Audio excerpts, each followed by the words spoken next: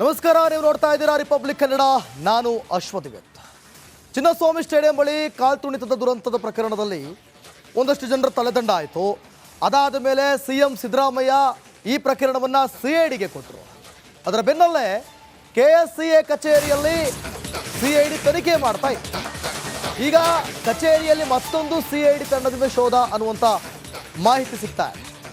Case file ಸಮೇತ CID ಅಧಿಕಾರಿಗಳು ತನಿಖೆಗೆ ಬಂದಿದ್ದಾರೆ. ಕೆಎಸ್ಸಿಎ ಕಚೇರಿ ಸಿಬ್ಬಂದಿಯಿಂದ ಮಾಹಿತಿಯನ್ನು ಪಡೆದುಕೊಂಡಿದೆ ಸಿಐಡಿ ತಂಡ. ಪರಿಶೀಲನೆಯನ್ನು ಮುಗಿಸಿ ಸಿಐಡಿ ಅಧಿಕಾರಿಗಳು ಹೊರಟೋಗಿದ್ದಾರೆ. ನಿನ್ನೆ ಕೋರ್ಟ್ ಒಂದಷ್ಟು ರಿಲೀಫ್ ಕೊಟ್ಟಿತ್ತು ಇವರಿಗೆ. ಕರ್ನಾಟಕ ಸ್ಟೇಟ್ ಕ್ರಿಕೆಟ್ ಅಸೋಸಿಯೇಷನ್ಗೆ ಬಲವಂತದ ಕ್ರಮ ಬೇಡ ಅಂತ. ಆದರೆ ನಿಜಕ್ಕೂ ಕೂಡ ನಡೆದಿದ್ದೇನು? ಇಲ್ಲಿ ಯಾರ ನಿರ್ಲಕ್ಷ್ಯಕ್ಕೆ ಅಷ್ಟೊಂದು ಜನ ಸೇರಿದ್ರು ಆ ಘಟನೆ ನಡೆಯಿತು. 21 ಗೇಟ್ಗಳಿದ್ರು, ಕೇವಲ 3 ಗೇಟ್ ಓಪನ್ ಮಾಡಿದ್ಯಾಕೆ? ತದನಂತರ 21 ಗೇಟ್ ಮಾಡೋದಕ್ಕೆ ಆದೇಶ ಕೊಟ್ಟವ್ರು ಯಾರು? ಹೀಗೆ ಇಲ್ಲಿ ಕೆಎಸ್ಸಿಎಯ ಪಾತ್ರ ಏನು? ಪ್ರತಿಯೊಂದು ರೀತಿಯಲ್ಲೂ ಕೂಡ ಅಧಿಕಾರಿಗಳು ಮಾಹಿತಿಯನ್ನು ಪಡೆದುಕೊಂಡು ಅಲ್ಲಿ ಕಚೇರಿ ಒಳಗಡೆ ತಲಾಶ್ ನಡೆಸ್ತಾ ಇದ್ದಾರೆ. ಈಗ ಮತ್ತೊಂದು ಟೀಮ್ ಎಂಟ್ರಿ ಆಗಿದೆಯಂತೆ, ಪ್ರಕರಣದ ಫೈಲ್ ಸಮೇತ. ಈ ಬಗ್ಗೆ ಮತ್ತಷ್ಟು ಮಾಹಿತಿಯನ್ನು ಕೊಡ್ತಾರೆ ನನ್ನ ಪ್ರತಿನಿಧಿ ಮಾದೇಶ್. ಲೈವ್ನಲ್ಲಿ ಜಾಯ್ನ್ ಆಗ್ತಿದ್ದಾರೆ. ಮಾದೇಶ್, ಏನು ಸಿಗ್ತಾ ಇದೆ ಮಾಹಿತಿ ಅನ್ನುವಂಥ ಪ್ರಶ್ನೆ ಈಗ. ಅಂದರೆ ನಿನ್ನೆ ನೋಡಿದ್ರೆ ಕೋರ್ಟ್ ಒಂದಷ್ಟು ಇವರು ಸಂಬಂಧ ಪಡೋದಿಲ್ಲ, ಅಂದರೆ ಬಲವಂತದ ಕ್ರಮ ಬೇಡ ಅಂತ ಹೇಳಿತ್ತು. ಆದರೆ ನಿರಂತರವಾಗಿ ಪಾಯಿಂಟ್ ಔಟ್ ಮಾಡ್ಕೊಂಡು ಇಲ್ಲೇ ಅಧಿಕಾರಿಗಳು ಪರಿಶೀಲನೆ ಮಾಡ್ತಾ ಇದ್ದಾರೆ. ಏನಾದರೂ ಮಾಹಿತಿ ಸಿಗ್ತಾ ಇದೆಯಾ, ಹೇಗೆ?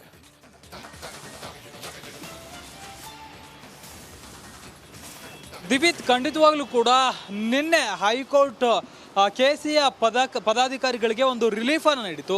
ಅದಾಗಿಯೂ ಕೂಡ ತನಿಖೆಯ ಒಂದು ಭಾಗ ಏನಿದೆಯಲ್ಲ, ಇದು ಈ ಒಂದು ಚಿನ್ನಸ್ವಾಮಿ ಸ್ಟೇಡಿಯಂನ ಸುತ್ತಮುತ್ತನೇ ನಡಿಬೇಕಾಗುತ್ತೆ. ಯಾಕಂದರೆ ಅದೇ ಕ್ರೈಮ್ ಸೀನ್ ಆಗಿರುತ್ತೆ. ಜೊತೆಗೆ ಕೆಎಸ್ಸಿಎ ಇದಕ್ಕೆ ಮೇನ್ ಜವಾಬ್ದಾರಿ ಆಗಿರುತ್ತೆ. ಕೆಎಸ್ಸಿಎನೇ ಈ ಒಂದು ಪ್ರೋಗ್ರಾಮನ್ನು ಆರ್ಗನೈಸ್ ಮಾಡಿರಬೇಕಾಗುತ್ತೆ. ಜೊತೆಗೆ ಕೆಎಸ್ಸಿಎ ಆಗಿರ್ಬೋದು ಮತ್ತು RCB ಆಗಿರ್ಬೋದು, ಜೊತೆಗೆ DNA, ಈ 3 ಸಂಸ್ಥೆಗಳೇನಿದೆ ಒಂದಕ್ಕೊಂದು ಕೂಡ ಇಂಟರ್ಲಿಂಕ್. ಈ ಮುಂಚೆ ಸಾಕಷ್ಟು IPL ಮ್ಯಾಚ್ಗಳಾಗಿರ್ಬೋದು, ಚಿನ್ನಸ್ವಾಮಿಯಲ್ಲಿ ನಡೆದಿರುವಂತಹ ಸಾಕಷ್ಟು ಪ್ರೋಗ್ರಾಮ್ಗಳಿಗೆ, ಅಂದರೆ ಎಲ್ಲ ಪ್ರೋಗ್ರಾಮ್ಗಳಿಗೂ ಕೂಡ ಈ ಒಂದು KSCA ಕರ್ನಾಟಕ ಕ್ರಿಕೆಟ್ ಅಸೋಸಿಯೇಷನ್ಸ್ ಏನಿದೆ ಇದು ಎಲ್ಲದರ ನೇತೃತ್ವವನ್ನು ವಹಿಸ್ಕೊಂಡಿರುತ್ತೆ. ಈ ಕಳೆದ ಬಾರಿ ನಡೆದಿರುವಂತಹ ಒಂದು ಇವೆಂಟ್ಗೂ ಕೂಡ, ಅಂದರೆ RCB ಮ್ಯಾನೇಜ್ಮೆಂಟ್ನ ಕಡೆಗಿಂದ ಆಯೋಜನೆ ಮಾಡಲಾಗಿದ್ದಂತಹ ಈ ಒಂದು ಇವೆಂಟ್ಗೂ ಕೂಡ, ಅಂದರೆ ಪ್ಲೇಯರ್ಸ್ಗಳು ಬಂದಿರುವಂಥ ಕಾರ್ಯಕ್ರಮಕ್ಕೂ ಕೂಡ ಇವರೇ KSCA ಅವರೇ ನೇತೃತ್ವ ವಹಿಸಿರ್ತಾರೆ. ಹೀಗಾಗಿ ಇವರ ಸುತ್ತಮುತ್ತಲೂ ಕೂಡ ಈ ಒಂದು ಕೇಸ್ ಈಗ ಟರ್ನ್ ಆಗ್ತಿದೆ. ಆ ಒಂದು ವಿಚಾರಕ್ಕೆ ಸಂಬಂಧಪಟ್ಟಂತೆ ಈಗಾಗಲೇ CID ಅಧಿಕಾರಿಗಳು ಈ ಒಂದು ಪ್ರಕರಣವನ್ನು ತನಿಖೆಗೆ ಕೈಗೆತ್ತಿಕೊಂಡು ಈಗ ತನಿಖೆ ಶುರು ಮಾಡಿದ್ದಾರೆ. 2 ತಂಡಗಳು ಆ ಒಂದು KSCA ಕಚೇರಿಗೆ ಬಂದು ಭೇಟಿ ನೀಡಿ ಪರಿಶೀಲನೆ ಮಾಡಿ ಒಂದಷ್ಟು ಮಾಹಿತಿಯನ್ನು ಕಲೆ ಹಾಕುವಂಥ ಕೆಲಸವನ್ನು ಮಾಡಿದ್ದಾರೆ.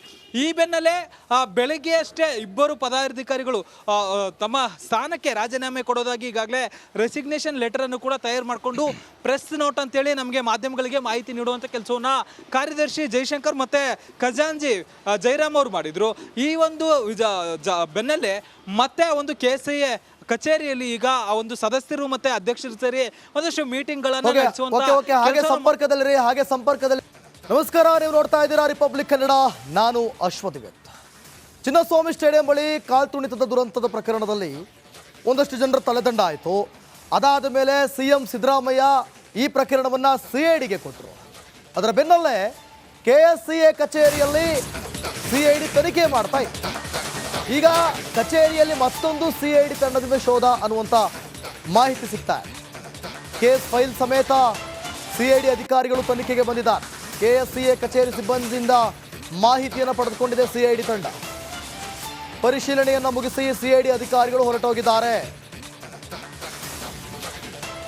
ನಿನ್ನೆ ಕೋರ್ಟ್ ಒಂದಷ್ಟು ರಿಲೀಫ್ ಕೊಟ್ಟಿತ್ತು ಇವರಿಗೆ. ಕರ್ನಾಟಕ ಸ್ಟೇಟ್ ಕ್ರಿಕೆಟ್ ಅಸೋಸಿಯೇಷನ್ಗೆ ಬಲವಂತದ ಕ್ರಮ ಬೇಡ ಅಂತ. ಆದರೆ ನಿಜಕ್ಕೂ ಕೂಡ ನಡೆದಿದ್ದೇನು? ಇಲ್ಲಿ ಯಾರ ನಿರ್ಲಕ್ಷ್ಯಕ್ಕೆ ಅಷ್ಟೊಂದು ಜನ ಸೇರಿದ್ರು ಆ ಘಟನೆ ನಡೆಯಿತು. 21 ಗೇಟ್ಗಳಿದ್ರು, ಕೇವಲ 3 ಗೇಟ್ ಓಪನ್ ಮಾಡಿದ್ಯಾಕೆ? ತದನಂತರ 21 ಗೇಟ್ ಮಾಡೋದಕ್ಕೆ ಆದೇಶ ಕೊಟ್ಟವ್ರು ಯಾರು? ಹೀಗೆ ಇಲ್ಲಿ ಕೆಎಸ್ಸಿಎಯ ಪಾತ್ರ ಏನು? ಪ್ರತಿಯೊಂದು ರೀತಿಯಲ್ಲೂ ಕೂಡ ಅಧಿಕಾರಿಗಳು ಮಾಹಿತಿಯನ್ನು ಪಡೆದುಕೊಂಡು ಅಲ್ಲಿ ಕಚೇರಿ ಒಳಗಡೆ ತಲಾಶ್ ನಡೆಸ್ತಾ ಇದ್ದಾರೆ. ಈಗ ಮತ್ತೊಂದು ಟೀಮ್ ಎಂಟ್ರಿ ಆಗಿದೆಯಂತೆ ಪ್ರಕರಣದ ಫೈಲ್ ಸಮೇತ. ಈ ಬಗ್ಗೆ ಮತ್ತಷ್ಟು ಮಾಹಿತಿಯನ್ನು ಕೊಡ್ತಾರೆ ನನ್ನ ಪ್ರತಿನಿಧಿ ಮಾದೇಶ್ ಲೈವ್ನಲ್ಲಿ ಜಾಯ್ನ್ ಆಗ್ತಿದ್ದಾರೆ. ಮಾದೇಶ್, ಏನು ಸಿಗ್ತಾ ಇದೆ ಮಾಹಿತಿ ಅನ್ನುವಂಥ ಪ್ರಶ್ನೆ ಈಗ. ಅಂದರೆ ನಿನ್ನೆ ನೋಡಿದ್ರೆ ಕೋರ್ಟ್ ಒಂದಷ್ಟು ಇವರು ಸಂಬಂಧ ಪಡೋದಿಲ್ಲ, ಅಂದರೆ ಬಲವಂತದ ಕ್ರಮ ಬೇಡ ಅಂತ ಹೇಳಿತ್ತು. ಆದರೆ ನಿರಂತರವಾಗಿ ಪಾಯಿಂಟ್ ಔಟ್ ಮಾಡ್ಕೊಂಡು ಇಲ್ಲೇ ಅಧಿಕಾರಿಗಳು ಪರಿಶೀಲನೆ ಮಾಡ್ತಾ ಇದ್ದಾರೆ. ಏನಾದರೂ ಮಾಹಿತಿ ಸಿಗ್ತಾ ಇದೆಯಾ ಹೇಗೆ?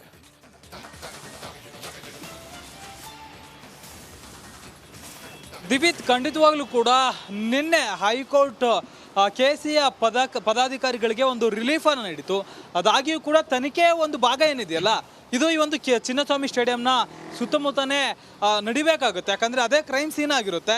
ಜೊತೆಗೆ KCA ಇದಕ್ಕೆ ಮೇನ್ ಜವಾಬ್ದಾರಿ ಆಗಿರುತ್ತೆ. KCAನೇ ಈ ಒಂದು ಪ್ರೋಗ್ರಾಮನ್ನು ಆರ್ಗನೈಸ್ ಮಾಡಿರಬೇಕಾಗುತ್ತೆ.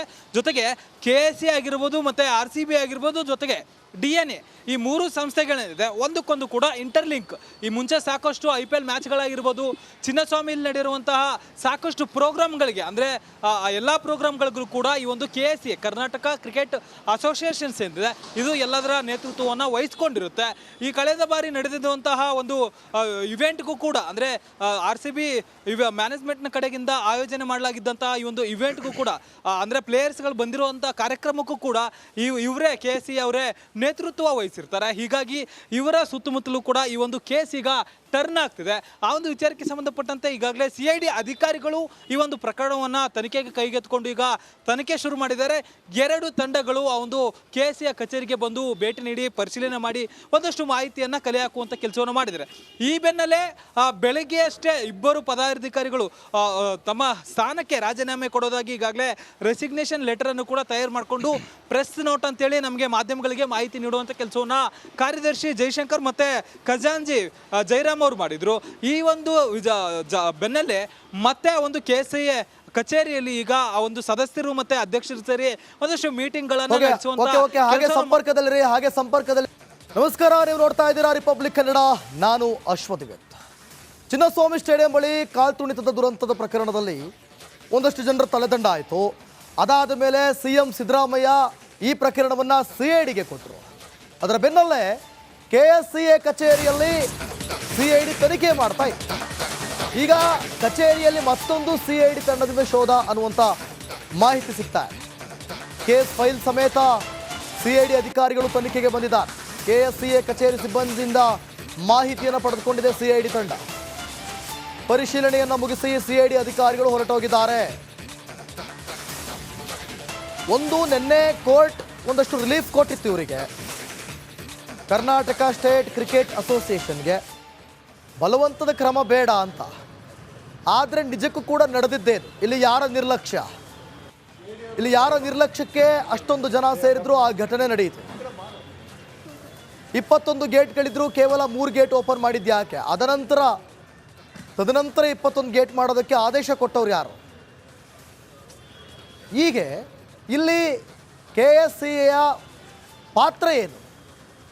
ಪ್ರತಿಯೊಂದು ರೀತಿಯಲ್ಲೂ ಕೂಡ ಅಧಿಕಾರಿಗಳು ಮಾಹಿತಿಯನ್ನು ಪಡೆದುಕೊಂಡು ಅಲ್ಲಿ ಕಚೇರಿ ಒಳಗಡೆ ತಲಾಶ್ ನಡೆಸ್ತಾ ಇದ್ದಾರೆ. ಈಗ ಮತ್ತೊಂದು ಟೀಮ್ ಎಂಟ್ರಿ ಆಗಿದೆಯಂತೆ ಪ್ರಕರಣದ ಫೈಲ್ ಸಮೇತ.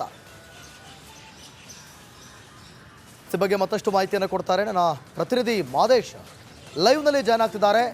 ಮಾದೇಶ್, ಏನು ಸಿಗ್ತಾ ಇದೆ ಮಾಹಿತಿ ಅನ್ನುವಂಥ ಪ್ರಶ್ನೆ ಈಗ. ಅಂದರೆ ನಿನ್ನೆ ನೋಡಿದ್ರೆ ಕೋರ್ಟ್ ಒಂದಷ್ಟು ಇವರು ಸಂಬಂಧ ಪಡೋದಿಲ್ಲ, ಅಂದರೆ ಬಲವಂತದ ಕ್ರಮ ಬೇಡ ಅಂತ ಹೇಳಿತ್ತು. ಆದರೆ ನಿರಂತರವಾಗಿ ಪಾಯಿಂಟ್ ಔಟ್ ಮಾಡ್ಕೊಂಡು ಇಲ್ಲೇ ಅಧಿಕಾರಿಗಳು ಪರಿಶೀಲನೆ ಮಾಡ್ತಾ ಇದ್ದಾರೆ.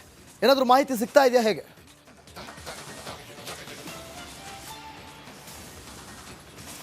ದಿವಿತ್, ಖಂಡಿತವಾಗ್ಲೂ ಕೂಡ ನಿನ್ನೆ ಹೈಕೋರ್ಟ್ KCA ಪದಾಧಿಕಾರಿಗಳಿಗೆ ಒಂದು ರಿಲೀಫನ್ನು ನೀಡಿತು.